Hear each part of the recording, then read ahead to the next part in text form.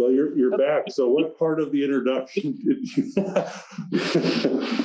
Uh-oh. Okay. I heard you saying I'd like to introduce. Okay. Well, I mean, you know your background already, but I'll finish. I'll finish off on some of the things that you're working on now. So, you know, you've been working on induced seismicity, related to enhanced geothermal systems, Newberry simulation, Salton Sea, and others.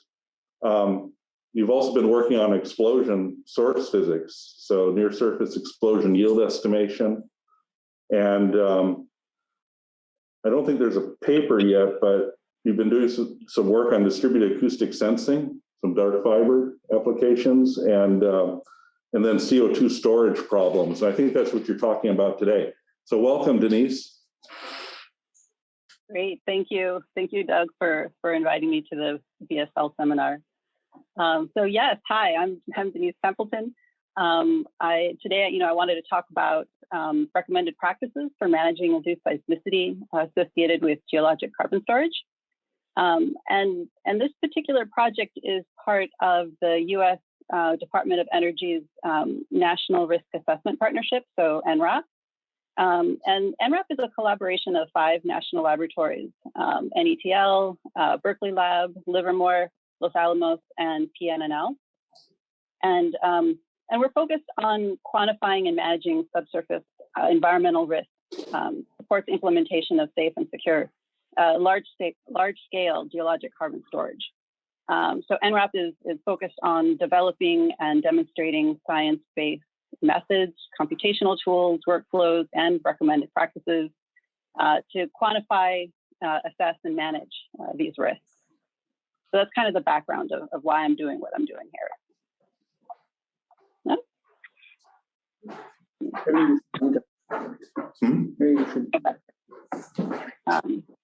So, just as a background, like what is geologic carbon storage?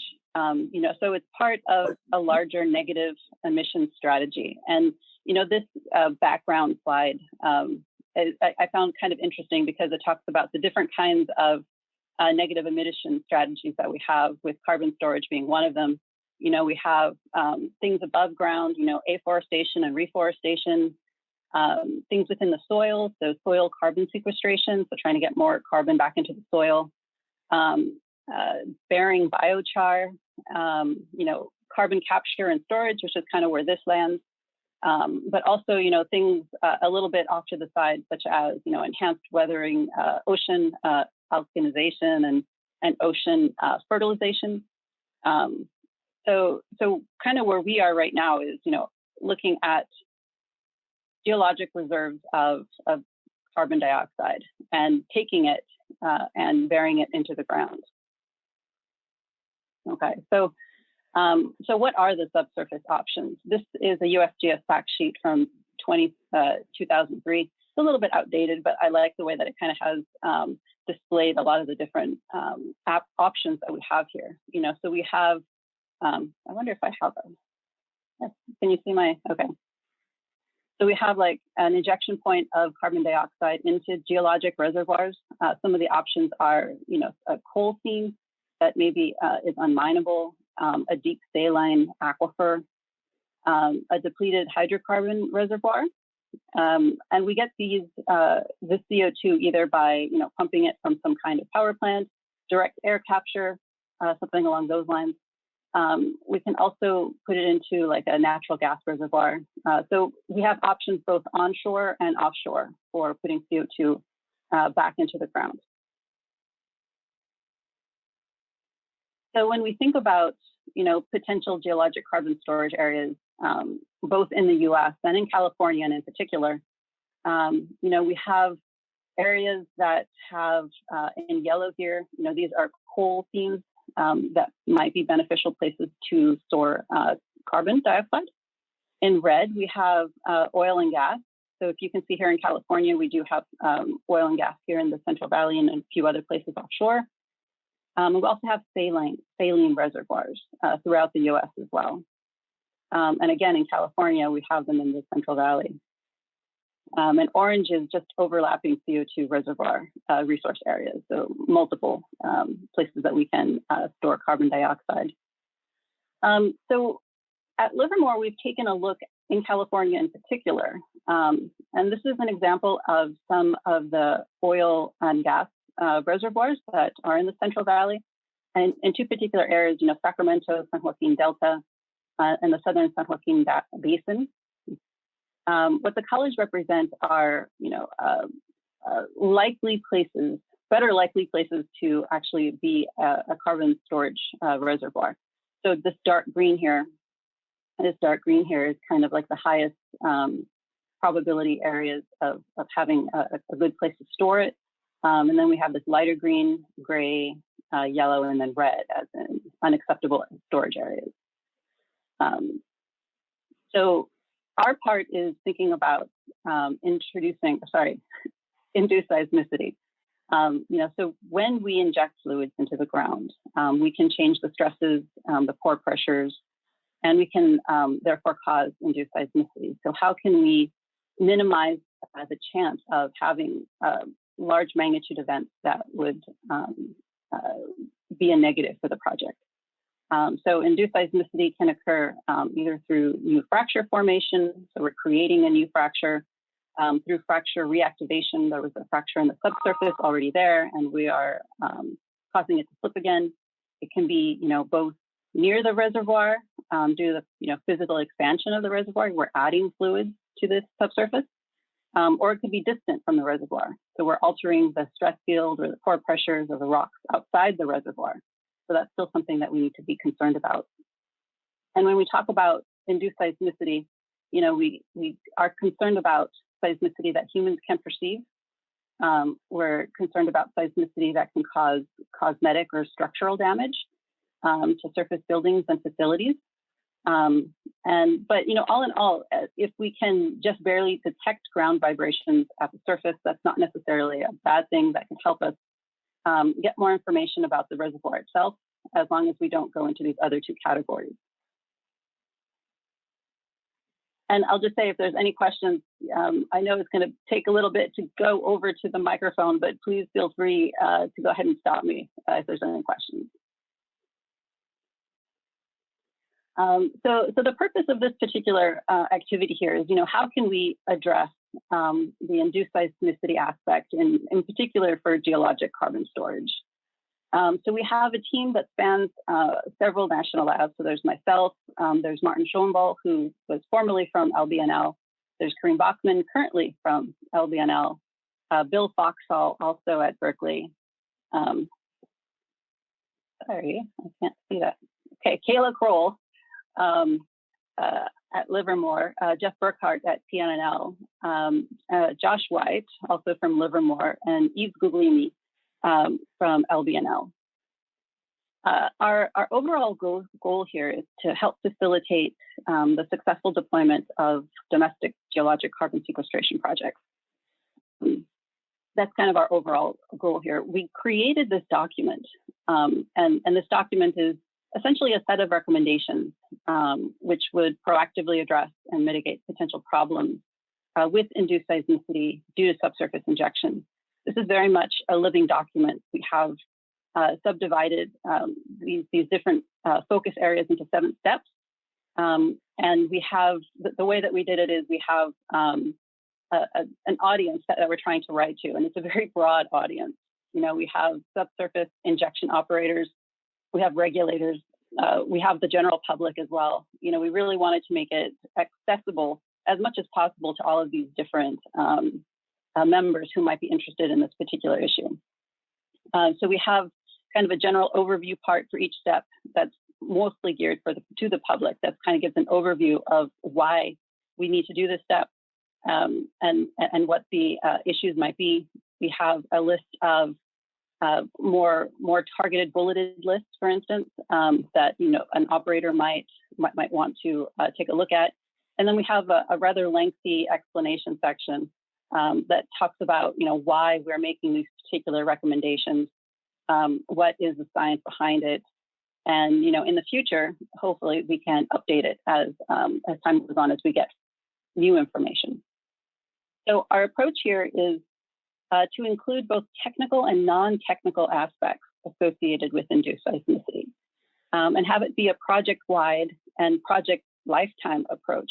So we're not starting to think about seismicity when we start to put out the seismometers. We're starting to think about seismicity, before there's even been a site recommended, almost. And project lifetime, we talk about it, before injection, during injection, after closure, and until the seismicity goes back down to background levels. Our base methodology is similar to the 2012 DOE Geothermal Technologies Office protocol for addressing induced seismicity associated with engineered geothermal systems. So this is, it was a little bit out of date, just for, it's been about 10 years or so. And also it was looking at EGS in particular. This document is looking at carbon storage. So that was the background there.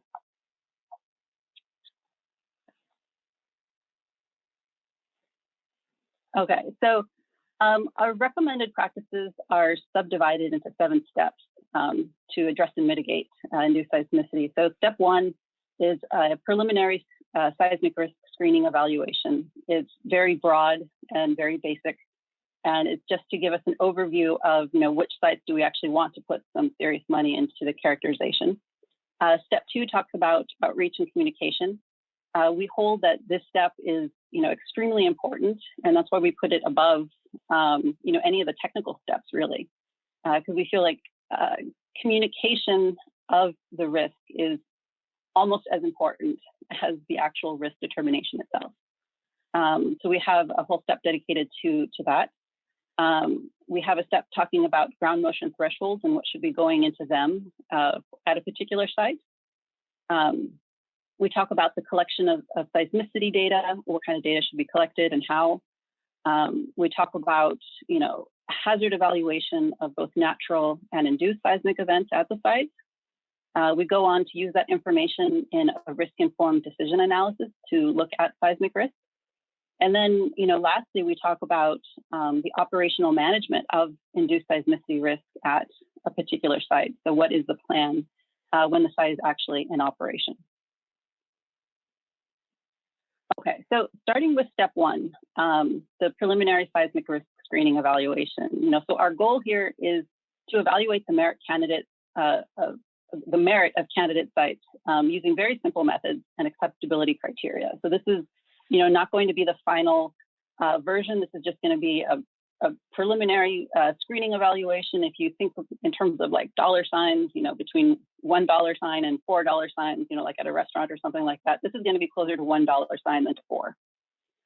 Our approach here is, review the relevant laws, determine the region of concern, identify impacts, engage stakeholders, and then classify the risk based on the potential damages. And what we hope to get out of this step is a preliminary assessment, for a go, no-go feasibility decision. And if we want to think about that in broad terms, it's like very low risk might be, you have a site that doesn't have any known faults, and there's it has been characterized to some extent, and there's no people or structures in the region of concern. So even if there was an earthquake, that there wouldn't be any impact. So that would be, a very low seismic risk, and we would want to proceed with planning.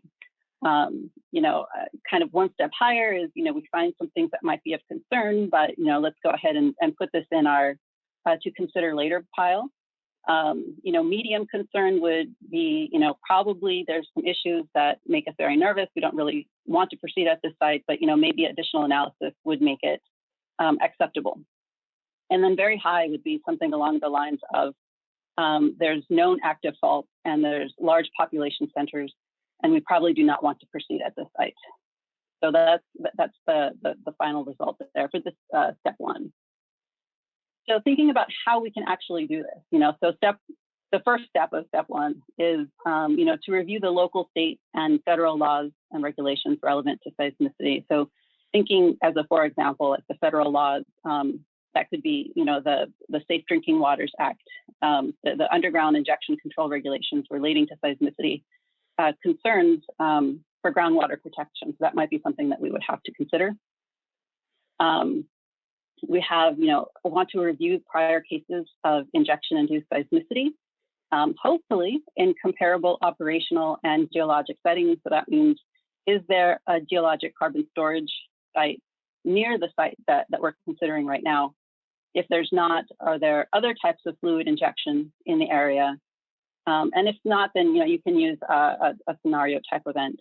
And what we're really looking for here are operational trends or regional scale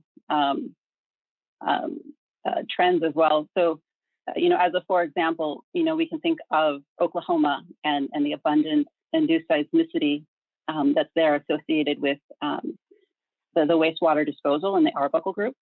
And while comparing that to like the lack of injection-induced seismicity in the Williston Basin in north central US. So can we take any trends, regional trends, and use that to inform where our site is? And I have just as an example, this is Decatur microseismicity that was in the Williams Stroud paper last year. So next is we need to determine an initial estimate of the region of concern. And the region of concern is a first order approximation of the ground surface area that could be negatively impacted by the induced seismicity throughout the lifetime of the project. So we know that, in actuality, the region of concern is governed by many factors. The reservoir size, the local geology, the in situ state of stress, many other factors, which we probably don't have at this point in time in our planning. So this is just a rough estimation of the region of concern. So in order to do that, we need an estimate of the potential maximum magnitude induced event, where we expect this event to occur, or which of these events, how different locations, we can have that as well. We need to estimate the ground motions associated with this event, and then make an estimate of the ground motion threshold above which negative impacts could occur, or there's stakeholder issues that we don't want to have above that threshold level. And this is just a for example. If we did have an event on a particular fault, then this would be like where the area of concern would be. So next, we want to have a list of the potential impacts to the local community, within the region of concern. And if we want to think about potential impacts, they can be thought of as population distributions, building or infrastructure inventories, like where are the residential buildings, where are the commercial buildings, where are the important historical buildings that should have special attention paid to them, where are the essential facilities, like hospitals, where are the transportation lifelines, major highways, for instance, where are the potential hazardous facilities, like a chemical plant, and are there any, as a for example, unreinforced masonry buildings in the region of concern. And as an example here, this is from the FEMA Houses Technical Manual. These are just the locations of buildings around, I'm forgetting which, Diamond Head, there we go. And so we don't just want to consider, like physical buildings, we also want to consider social disturbances, becoming awake in the middle of the night because of an earthquake, to the population, nuisance effect, if you feel a small earthquake, with some frequency, that's going to become a nuisance, and any economic disruptions. So for example, like if we have a large event, could there be any business closures because of that? We want to take these considerations into account, even at this preliminary stage. So the next thing we want to do is to estimate the magnitude of these potential impacts. And so we want to use, we're recommending, looking at a representative induced seismicity event. Maybe you expect most of the events to be, magnitude -1. So what would that look like? But also include what your maximum magnitude induced seismic event would be. And also at this stage, take into account, maybe a representative tectonic event that might occur in the area as well. So for example, if you want to estimate the magnitude of the impact in buildings, you can consider that for a representative induced seismicity event, there would be, no damage, or would there be cosmetic damage, or would there be structural damage? And how is that comparable to the other two types of events here? Dennise? Yeah.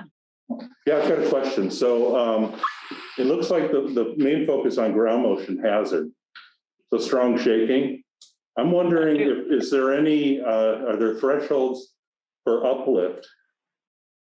Any kind of deformation of the ground surface due to injecting material? That's an interesting point. We don't take into account secondary hazards in this particular document. Like landslide hazards, for instance, or rupture hazards. It's strictly triggered earthquake. Yes, it's strictly ground motion induced hazards. But that, but making sure that somebody else is looking into that would probably be good as well. Yeah, so at this stage, it's like, I feel like, actually, any other questions since we're here? No, we're good. Okay, great. So at this stage, we really want to look at what we can expect to see for a representative induced seismic event, what the maximum magnitude event would look like in terms of, magnitude of potential impacts, and what can we expect even if, this site wasn't there. So that would be like a representative tectonic event. We also want to have or make an assessment of local stakeholder risk tolerance. So what is the level of stakeholder concern or acceptance? And we want to use that to calibrate the risk scale at an individual location. And this is very delicate. The solicitation process for this information should be planned and carried out with care, ideally by a team that has experience in this area of stakeholder engagement. So in the end, we're going to have an integrated assessment with all of the overall inputs here based on what the planned operation is going to be. It's going to be, weighted by the local stakeholder risk tolerance. And we're going to come out with, some kind of rating, very low, low, medium, or high. And this is going to be very site specific. You can have the exact same site with different local stakeholder risk tolerances that can end up with a different preliminary risk screening evaluation. So going on to step 2, which is outreach and communication. So the goal here is to create an induced seismicity component to a project's general outreach and communication program to facilitate communication and maintain positive relationships with all the stakeholders, including local communities and tribal communities. Our approach here is to create a tailor-made approach for each site based on stakeholder needs and concerns across all stages of, project planning before anything really starts, during operation, and after decommission as well. So what we hope to create here is, a program to create and foster long-term stakeholder support for the project through honest information exchange and trust. So we want to start out with a broad-based participatory process, and this includes, talking to local community leaders, governmental agencies, the tribal government, public safety officials, regulators, any others. And these groups should be identified as early as possible. Again, this is step 2, and hopefully should be done at the same time as step 1. And really, evaluating the opinions and the concerns and the excitement of these stakeholder groups in the early stages of the project, or even as, if a project is being proposed. It'll ensure that the process is responsive to the whole stakeholder community and their concerns. So for the outreach and communication, we also want to make sure that there's a general stakeholder agreement that the status quo is unacceptable. And this really does depend on, public education and outreach efforts. It can include information about the consequences of not moving forward with the project, and emphasizing how the project could be beneficial to the local stakeholder needs. So having conversations about how the project can meet both broad societal goals, as we know, we need to decrease the amount of carbon dioxide in the atmosphere, but also take into consideration the local stakeholder needs and make sure that those are being met as well. We also want to ensure that there's stakeholder consensus of the project plan, and that also falls under outreach and communication. So all stakeholders should have the opportunity to, communicate their comments and concerns about the project plan. Two-way dialogue is necessary. Everyone involved should be open to alternative approaches, but also, frame the conversation to include short-term and long-term implications of the various options. So the operator needs to gain an in-depth understanding of the diverse concerns of the local community. And for the stakeholders, they need to get, general information about the site. That includes, like a general overview of the project, what's the motivation for doing the project in the first place, visualizations of the project, and an understanding of who's on the team, and if there are any, third-party outside observers who are going to be involved as well. It can be, maybe viewed on as more trustworthy or independent of the process, I should say. In terms of the seismic-related information, we need to make sure that we need to have a discussion about, why seismicity may occur in the first place. Discuss the history of induced seismicity in geologic carbon storage or other applications. Talk about the similarities and differences between induced seismicity and natural tectonic earthquakes. Talk about the potential risks to the community, but also include potential risk mitigation strategies. Talk about the seismic monitoring system and where to get more information. So obviously this is, you're not going to come to, these outreach and events, with all of this in the first meeting. This is going to be, a buildup of information as time goes on and as, these needs are being met here. So we also need to communicate that stringent safety standards are being met. And we're going to talk a little bit more about this in the risk-based mitigation plan, step 7.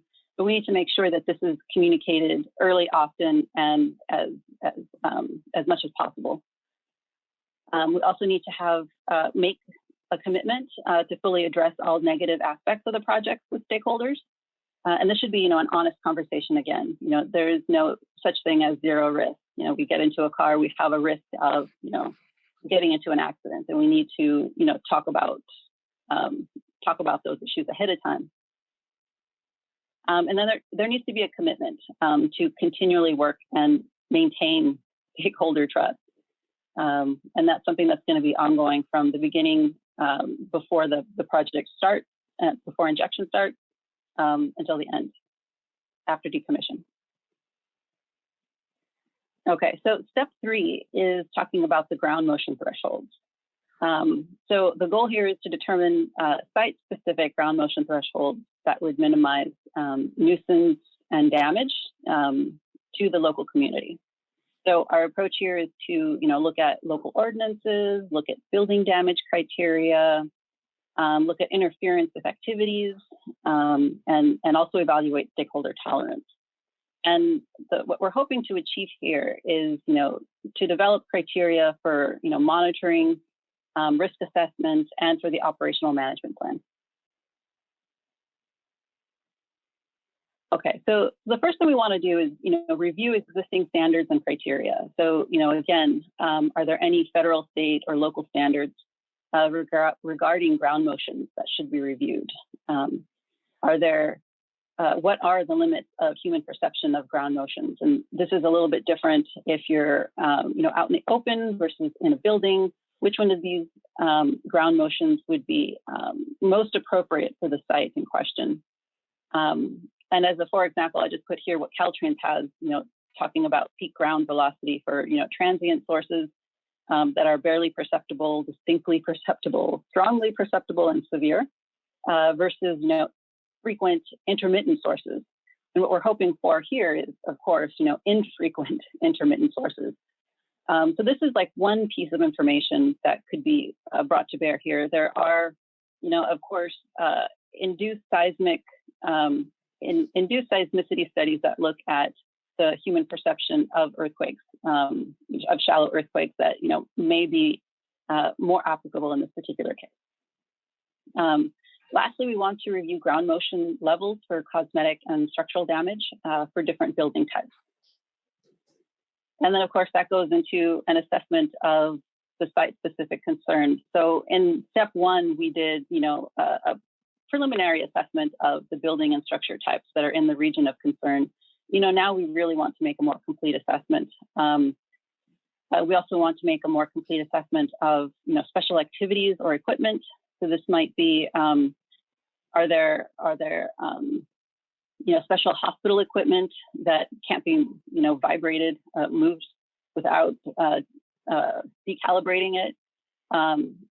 We also want to make an assessment of existing environmental conditions. So as a for example, that could just be, are there any, train stations that are going by that are causing vibrations and what those vibrations are, and using that as a comparison to what we can expect in terms of ground motion vibrations, due to induced seismicity. So Ken, you're going to be doing seismic ground motion studies for, different classes of structures and, other facilities. And what about stakeholders who, when you talk about site specific, it gets as specific as the shape of the building. And, is it a regular, is it an irregularly shaped building? There's a whole bunch of issues that come into play. So if a stakeholder wants to have a site-specific analysis, maybe a ground motion survey at their site or a response analysis of the structure, who pays for that? That's a great question. So we don't really talk about who pays for what here in this particular area. With the way that we are framing this is, what needs to be done in order to have a successful project. That being said, it'd probably be feasible or acceptable, for the operators to do that. Right. That's part of making sure that the stakeholders' needs are being met. And that's having a site-specific assessment of one, historical building of great cultural significance, that is perfectly appropriate. If you're talking about, there's classes of residential buildings that might be able to be lumped together, as a for example, and maybe some of those wouldn't need to have like a particular more expensive site plan. But yeah, I think both assessing both is going to be necessary and at some geologic carbon storage sites. That could be quite expensive. So there's a permitting process too, right? So it's the permitting process. This is part of it. So these things have to be done, and then if they're done, then you move into the permitting stage. So by design, we are trying to be permit agnostic. So we know what some of the permitting requirements are. The way that we came up with these steps and these particular recommendations is not by looking necessarily at what the permits are requiring, but looking at what the research is suggesting would be best practices, right, or recommended practices. Yeah, right. Okay, because you guys, you're kind of in a way, it's kind of a third party. Ultimately, it's the operator who's going to have to, make sure everything is done. Yeah. Okay. Yeah, that makes sense. Yeah, I'm coming at it from a kind of a different perspective, where, without going into details, we were involved in a project that was part of the permitting process. It's similar to this, but it's actually part of the permitting process. Yeah. Ultimately, if the EPA or if the states want to include any of this information, that would be on their side. If there's a recommendation here that we're making that is not included in the permitting process, that's something that we're not really working on with them at this point. Right. This is purely outside that realm. Thanks, Dennise. Any other questions? Nope, we're good. Okay, so at the end of this assessment, we want to designate some site-specific ground motion thresholds, and we state here, at least 4. One is what is the threshold for human perception, and have some kind of evidence of what particular number you're using and why you're using it, because there's a couple of different ways of doing this. The thresholds for cosmetic and structural damage for the buildings that are at the site, type of buildings that are at the site. A threshold for disruption of special activities, or equipment. And if there's any applicable regulations that needs to be adhered to as well. So these thresholds, we expect them to be used, when we're designing the seismic monitoring network. We want to make sure we can record these thresholds using the monitoring network. And also we're going to use some of these directly in the induced seismicity mitigation plan in step 7. So step 4, we're talking about local seismic monitoring. So the goal here is to create a seismic network and information database for induced seismicity mitigation and reservoir management purposes. We're going to determine an optimal network design, minimal data processing, data storage and longevity requirements. And so the result here is, seismic data to aid in the design and operation of the overall project. So when we start, we want to look at what the existing seismic activity is before operation. So this would include, looking at earthquake catalogs, historical records, fault maps, paleoseismic studies, any instances of previous induced seismicity in the area, and also take a look at new seismic data.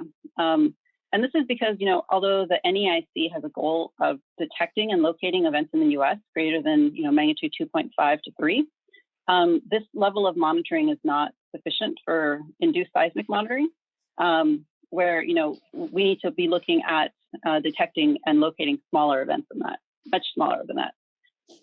So we're suggesting having a seismic monitoring network installed at least 1 year, or at a minimum of 6 months before injection starts, so that we can get a good idea of what the existing seismic activity is before operation. And this includes borehole sensors? So we don't make an explicit recommendation as to whether we need to have borehole stations or not. We put that discussion in the seismic monitoring network design part, where we essentially say, we want to have events characterized down to magnitude 1 with a 2 sigma location accuracy of about 0.5 kilometer in the horizontal direction and 1 kilometer in the vertical direction. Where do you think the earthquakes are going to be, and what network design are you going to need? Is it going to be purely surface, or is it you're going to need a borehole? So using that information, we can model to see what kind of network we're actually going to need in order to be able to detect the events, at the accuracy that we want.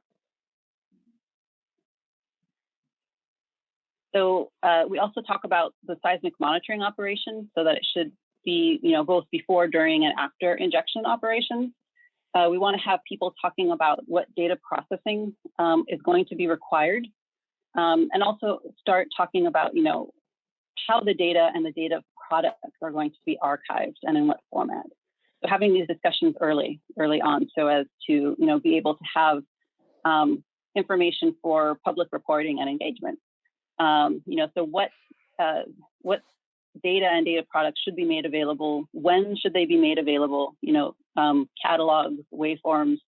What is going to be reported in near real time? What are data products that are going to take a little bit longer to process? Maybe are only going to be reported, at an annual in an annual report.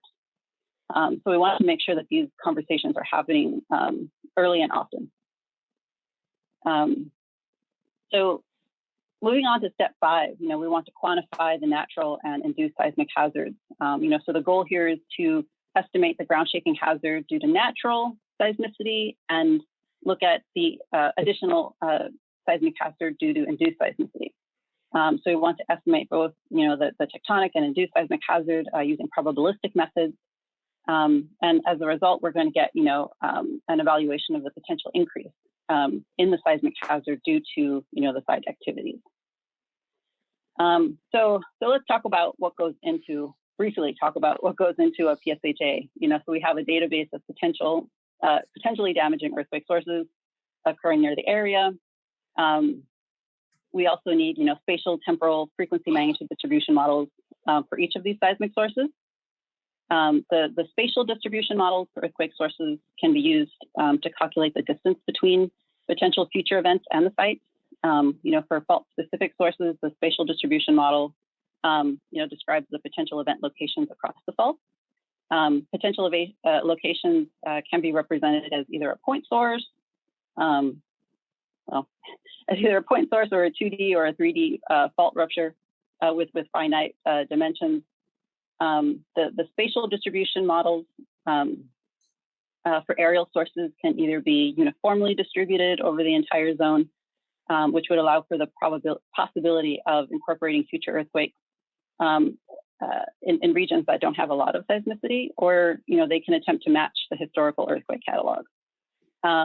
So estimating distances for area type faults requires many subjective assumptions of fault rupture details, like strike, break, dip of the rupture area, and these need to be well documented. Whatever we decide, whatever the operator decides to do, it needs to be written down. Earthquake recurrence models or frequency magnitude models, provide information on the frequency of the recurrence of seismic events of various magnitudes between a pre-selected minimum earthquake of concern up to a predetermined maximum magnitude that the source is considered capable of producing. So the maximum magnitude is a key parameter in these models, but it is often poorly constrained. Other information that we need are a site-appropriate ground motion model for the earthquake as a function of at least magnitude and travel path, and have some local site response information, geological, geophysical, topographical, etc. So for the site-appropriate ground motion model, I'll say that other factors that could be incorporated here are like focal mechanisms, directivity effects, the effect of event depth.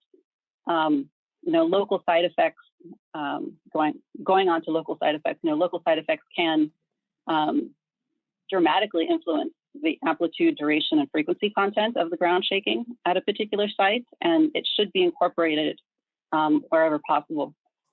So for example, one way that earthquake ground motion models can incorporate local factors is through the use of VS30, or the average shear wave velocity in the top 30 meters of the subsurface. There are many ground motion models available, and selecting one that is the most appropriate can be tricky. And any model that is used should be compared. Comparisons should be made between the any observed data that may be available and the calculated model results. So we can take these inputs and develop seismic ground motion hazard curves that show the estimated probability of exceedance per unit time, typically annually on the vertical axis, and different levels of the selected ground motion parameter. For example, acceleration or peak ground velocity on the horizontal axis. So generally, we'll see that low levels of ground motion are expected to be exceeded fairly frequently, and higher levels of ground motion would be exceeded less frequently or rarely. So one way that we can show uncertainty on these hazard curves is, maybe showing multiple hazard curves representing different confidence bands, like a 5% and a 95% confidence interval. Alternatively, different hazard curves can represent different underlying assumptions that are also acceptable and, plotted together to illustrate, the uncertainty in these parameters here. Another thing that we can do is, another thing we can do with the PSHA results are show them in map view, which is often easier to read, although we have to understand that these are interpolations based on the hazard curves. Hazard maps do present a more complete view of the hazard and may be easier to comprehend for a more general audience. In terms of the additional hazard from induced seismicity, so we want to determine a probabilistic short-term ground shaking hazard forecast. This will be done in a similar manner to the PSHA, but slightly different. So for the earthquake sources, for instance, differences from the PSHA analysis could be, how the cause of the fault slippage, for instance. For the spatial temporal and earthquake recurrence models, we want to consider expanding beyond the conventional Tissonian model and consider earthquake occurrences that vary in space and time. The range of the minimum maximum magnitude events of concern may be different, but for the minimum magnitude events, that should be used in both of the analyses. So the analyses, when they're being done, should be done either by the same entity, or the two entities should be in close communication at all times, because they really will need to talk to each other. For the site appropriate GMMs, they should be the same. Big ask. So maybe as an alternative, we just need to verify that for common magnitudes and depths, they yield comparable results. For the output, there needs to be a discussion ahead of time of what the lowest annual frequency of exceedance for ground motions of interest should be, and it should be common between the two analyses. And for the induced seismic hazard, these updates need to be conducted at least annually or more frequently as recommended. And I'll also mention that, just in the beginning, especially for the frequency magnitude characteristics of induced seismicity, getting those before injection starts can be a challenge. And so, just in this particular time period, either a full PSHA or a pseudo probabilistic hazard assessment could be appropriate. And obviously, after sufficient data is collected post-injection, then, a full probabilistic analysis would be necessary. So step 6 is talking about the risk-informed decision analysis. So here we want to, really create a rigorous quantitative assessment of the time-dependent induced seismicity risk. We did a very broad assessment in step 1, but this is, the rigorous version here. We want to estimate the risk based on the probable damage of a particular, item or asset for a given seismic ground motion. And the result here will be a determination of the potential future negative effects of the operation, and if they're within the tolerance range of the stakeholders. So we're going to use the seismic hazard determined from the previous analysis. We're going to, do a more robust identification of people, assets, and activities that could be adversely affected, including including an assessment of any pre-existing conditions within them. We're going to take a look at the vulnerability of those identified people, assets, and activities within the site. So the focus could be on various things, like the anticipated repair costs normalized by the replacement value, shown here as the loss ratio curve on the left. So a loss of 1 would indicate that the repair of the asset would equal the replacement cost. We could also focus on the probability of exceeding a given damage state, like slight damage, moderate damage, extensive damage, given a certain ground motion intensity, where 1 would indicate that we really do believe that the damage state would be exceeded at that point. And then we want to quantify the seismic risk, and there's many ways of doing this. So a discussion needs to be had between the operators and all the stakeholders. What should we be focusing on? The mean annualized loss, the mean annual frequency with which the loss in question occurs, the mean number of buildings that may be damaged, the probable maximum loss, the local personal risk metric. There are so many that can be chosen from. And so a discussion needs to be had to make sure that everybody's on board with what the metric should be. So we need to also take into account the seismic risk from the additional induced seismicity. So again, taking the seismic hazard from the previous analysis, the identification of the people, assets, and activities is going to be the same as for the natural seismicity. The vulnerability potential will have a similar methodology, although different models. And then the quantification of the seismic risk would be similar. And taking this information, we can do a risk-informed decision analysis. So having this, even in the beginning when we're talking about project planning, is the risk acceptable to the stakeholders? The risk should be updated as new information becomes available, and there should be a clear description of the uncertainties associated with them. So lastly, I have step 7, so the operational management of induced seismicity risk. So the goal is to create a specific real-time plan to monitor, assess, control, and mitigate the risks associated with induced seismicity. So the approach is to establish a plan describing what direct mitigation actions and indirect mitigation actions should be implemented and under what conditions. And so we want to have a clear set of procedures known and approved by all the stakeholders ahead of time to be followed in the event that a certain threshold or activity has been reached. And for the induced seismicity mitigation plan, it should be in place before any injection operations begin. The framework could be based on the traffic light system protocol. In these traffic light systems, they communicate the status of the project, identify predefined actions that should occur in order to prevent large magnitude events, and prompt the operator to consider changes to the operation. A traditional traffic light system typically defines the actions to be taken, based solely on observed criteria, like the occurrence of an event of a certain magnitude. A shortcoming of this particular method is that it's not forward-looking. So as an alternative, we can consider an adaptive traffic light system to be used in the induced seismicity mitigation plan.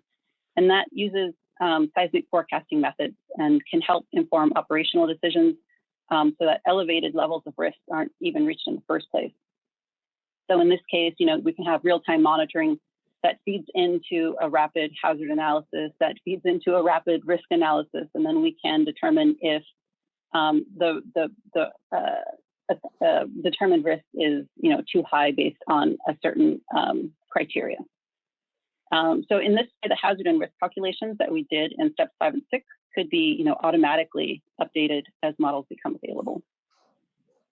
We also recommend having an expert panel. So these are a place where evidence-based information and recommendations pertaining to the induced seismicity risk to be discussed. So we would have the operators, the regulatory agency, other stakeholders, independent subject matter experts to be able to monitor and assess the induced seismicity. And we do discuss in particular what happens if there are overlapping regions of concern, and how to get information from all different parties involved. We talk about the early evaluation period, the delicate time in the first year of injection, and to make sure that special attention is paid to that particular time period. And also talking about post-closure evaluation to make sure that monitoring analysis should continue until the stabilization of the pressure and stress goes back to the steady state values, goes to steady state values, and that the seismic frequency magnitude behavior is approaching baseline tectonic conditions that were determined back in step 4. There's also a conversation about liability and insurance. It's like, how do we make sure that that there's compensation coverages for damages caused by induced seismicity as a last means of indirect mitigation, and also discuss a plan for damages resulting from induced seismicity in a shared region of concern. So in summary, we have created recommended practices document describing procedures to address and mitigate potential problems with induced seismicity. We use a 7-step program. The path forward, these practices are currently open for public comment. The draft document is available online. But, again, this is a living document that we want to continue working on moving forward, sharing lessons learned, recent case studies, and best practices. And that's it. Great, thank you.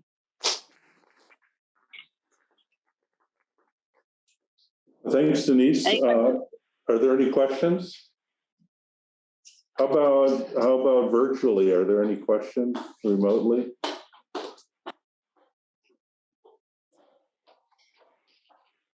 I have a question. I was wondering about insurance. That's a pretty tricky issue. It is. Because the PSHA analysis could actually go into the decision-making process by insurance companies to insure a particular property or not, especially if it's site-specific analysis. Right. But I have a question, and I don't know if you could answer it, but as a stakeholder, you've said there's a really good location near Oakley.